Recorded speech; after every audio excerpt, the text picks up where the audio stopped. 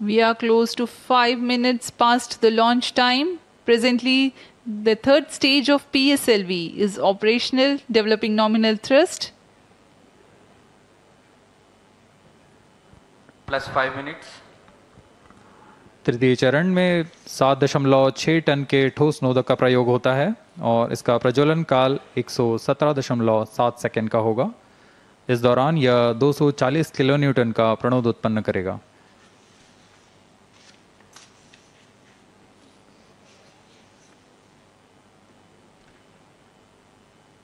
वर्तमान में यान की ऊंचाई 134 किलोमीटर तथा सापेक्ष गति 5.96 किलोमीटर प्रति second.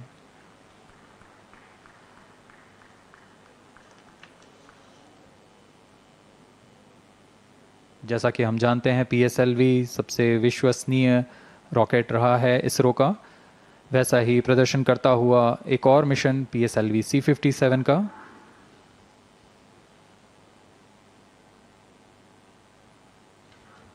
For the present mission, after PS3 completes its burn duration, a coast phase of 200 seconds will follow, in which the rocket will continue to be steered while there is no development of thrust.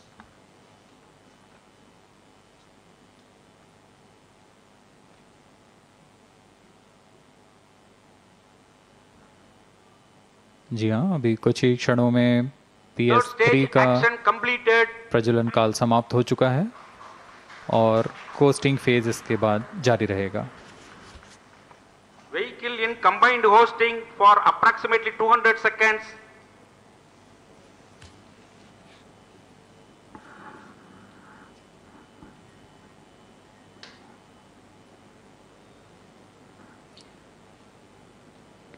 Unique to this mission, the PS4 will start twice at pre-designated times and duration.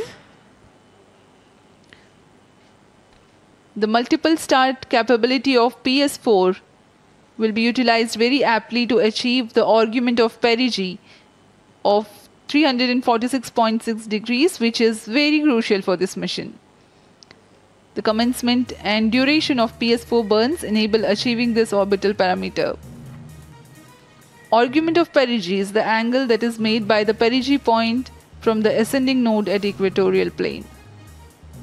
AOP exceeding 300 degrees is helpful in mission planning to achieve halo orbit around L1 with minimal propellant expenditure.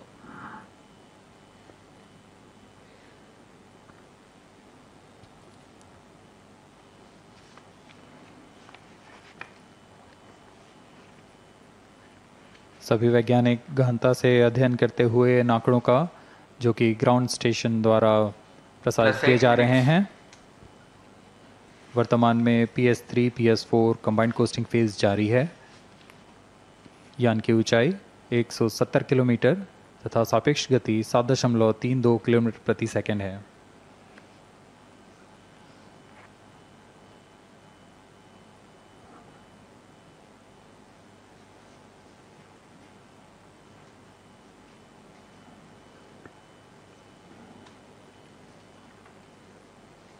Vehicle performance normal.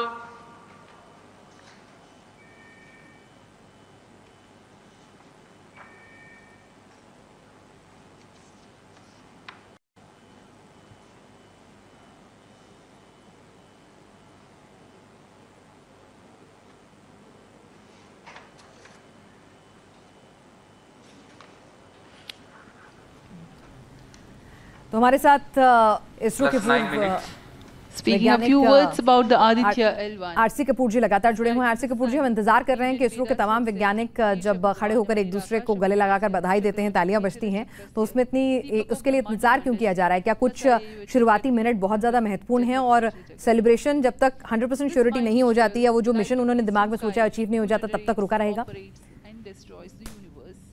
बिल्कुल सही बात है। हम इंतजार करना चाहिए कि जब वो सब खड़े होके अपलॉड करेंगे, लेकिन उससे पहले अगर आप मुझे इजाजत दें, शैलेंद्र जी के अमर शब्दों में, कोई ना रोको दिल की उड़ान को, दिल वो चला। बिल्कुल सर, और दिल तो कह रहा है कि मिशन सफल हो गया। हालांकि वैज्ञानिक जो वहाँ बैठे हुए हैं वो लोग एक एक चरण का इंतजार कर रहे हैं। अभी जो खबर आ रही है आदित्य L1 के तीसरे चरण की जो तमाम जो चीज़ें हैं वो प्रक्रिया जो है उनको बताया जा रहा है कि सब इंटैक्ट हैं, सामान्य है। तो मैं आपसे समझना चाहूँगी एक आम आदमी के लिए कि अभी वहाँ क्या हो रहा है, किस चीज़ का इंतजार हो रहा है। जैसे हम सुन रहे हैं कि straps removed, second strap removed, 100 seconds जो हैं वो तय कर लिए हैं। तो ये कितना क्या क्या स्टेप्स होंगे इसमें आगे अब? आखिरी स्टेप में तो देखिए S4 जो स्टेज है वो उसमें भी इंजन है, और जो आदित्य L1 के साथ जो है एक वो प्रोपल्शन सिस्टम रहेगा। तो इस समय तो जो सारी कवायद जो है इसको एक दीर्घवृत्ताकार कक्षा में डालना है।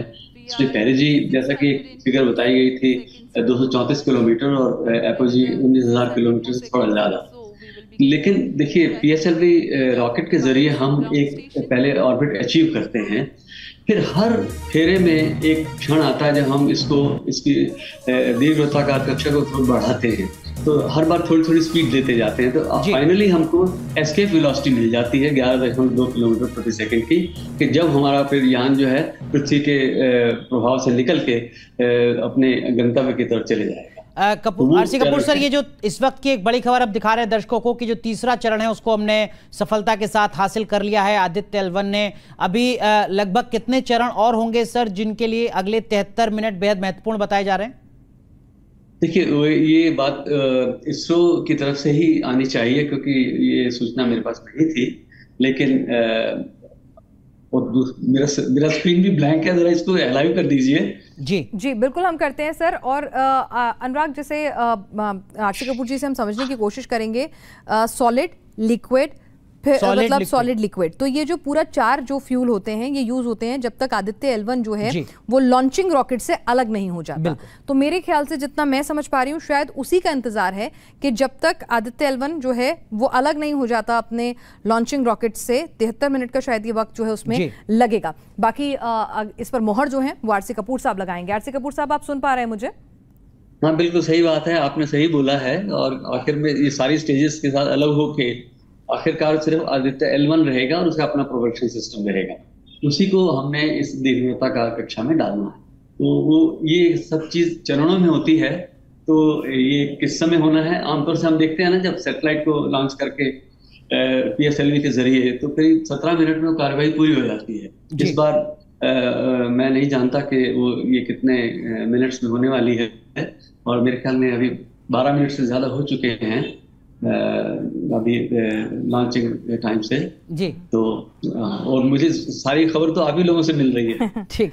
आरसी कपूर सर, क्या जो तस्वीरें आदित्य L1 से हमें मिलनी शुरू होंगी उसके लिए जनवरी 2024 तक का इंतजार करना होगा, या तस्वीरें मिलने की जो प्रक्रिया है, सफर है, वो पहले ही शुरू हो जाएगा? देखिए, एक तो बात तो है कि L1 तक पहुंचना है और वो 4 महीने का समय लगेगा। इस बीच में कैसे ये इंस्ट्रूमेंट्स एक्टिव होंगे, और क्योंकि डायरेक्ट कैमरास जो हैं उसके बारे में मुझे नहीं जानने को मिला कि इसमें आदित्य L1 में लगाए गए हैं, क्योंकि जो पेलोड्स हैं उन्हीं की मुझे जानकारी हुई।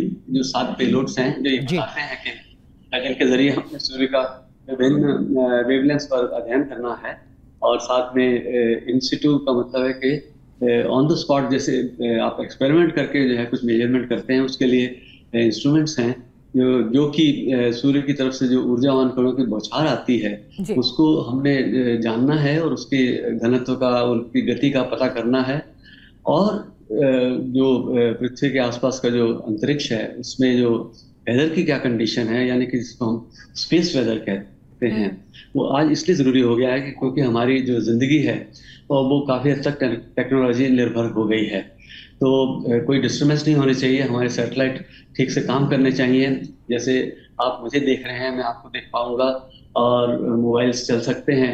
ये सब जो है सुचारू रूप से चलते रहना चाहिए। लेकिन सूर्य की तरफ से जो डिस्टर्बेंसेज आते हैं उनकी वजह से हम फिर जो है शुरू में कभी एडवांस वार्निंग हमें मिल सकती है, तो सैटेलाइट्स को ठीक तरीके से ओरिएंट कर सकते हैं ताकि डैमेज मिनिमम हो। आरसी कपूर जी, तो अगर मैं ये समझूं कि जो अगर एक आम आदमी समझना चाहे कि भाई आदित्य L1 जाकर वो क्या क्या काम करेगा, तो उनमें से एक प्रमुख काम ये होगा कि जब हम सुनते हैं कि भाई सूरज पे तूफान आने वाला है, कई बार बीच बीच में इस तरह की खबरें आती हैं कि सूरज पर तूफान आएगा, क्या हो जाएंगी सैटेलाइट ठप, क्या सैटेलाइट्स को कोई नुकसान होगा, क्या आपका मोबाइल इंटरनेट या पावर ग्रिड जो है उसको नुकसान होगा, तो क्या ये आदित्य L1 की स्टडीज जो हैं सोलर स्टॉर्म्स को भी स्टडी करेंगे और उनसे हमारी सैटेलाइट्स और हमारे वायुमंडल पर होने वाले प्रभाव को भी?